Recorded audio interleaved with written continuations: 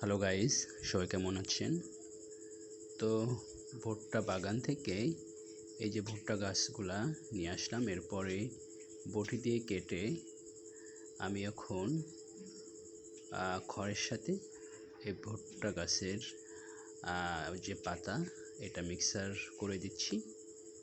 তো এটা কিন্তু ঘাসের কাজ করে, আর সবুজ পাতা তার মানে এখানে কিন্তু অনেক ভিটামিন, তো গরুর অনেক উপকারে আসে। তো আমার কুটু কিছু শর্ট পড়ে গেছে, এই জন্য গাদা থেকে আবারও কুটু নিচ্ছি। তো আসলে এবছর কিন্তু কুটুর দাম অনেক বেশি, এই জন্য আমরা নষ্ট না করি কুটু। আমার গাদার পাশে কিন্তু অনেক কুটু ফেলানো, তো আমি সেগুলোকে আবার পরে পরিষ্কার করে গরুকে দিয়ে দেই খেতে।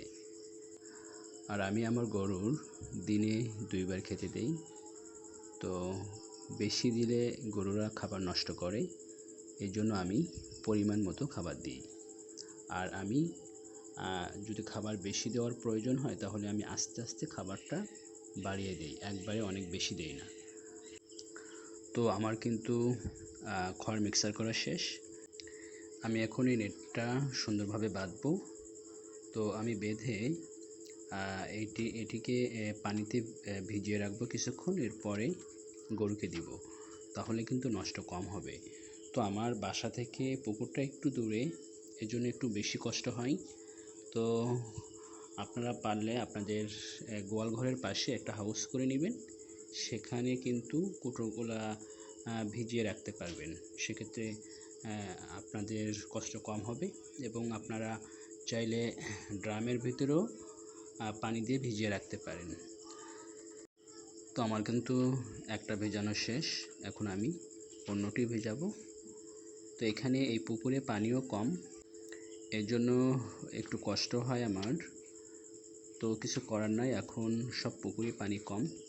তো আমি এখন কিন্তু আমার গোয়াল ঘরে গরুর জন্য খাবারটি নিয়ে যাচ্ছি। তো পাশে একটা পুকুর আছে, পুকুরের পানিও অনেক নোংরা ময়লা, এই জন্য এখানে আমি ভিজাই না। তো এই পুকুরটা কিন্তু আমার একবারে গোয়াল ঘরের কাছে। তো এখন আমি কিন্তু গরুর খাবার দিচ্ছি ড্রামে। তো আমি একটু চেপে চেপে দিচ্ছি যেন গরুর খাবারটি নষ্ট না করে, কারণ তারা কিন্তু মুখ দিয়ে খাবার ফেলাই দেয়।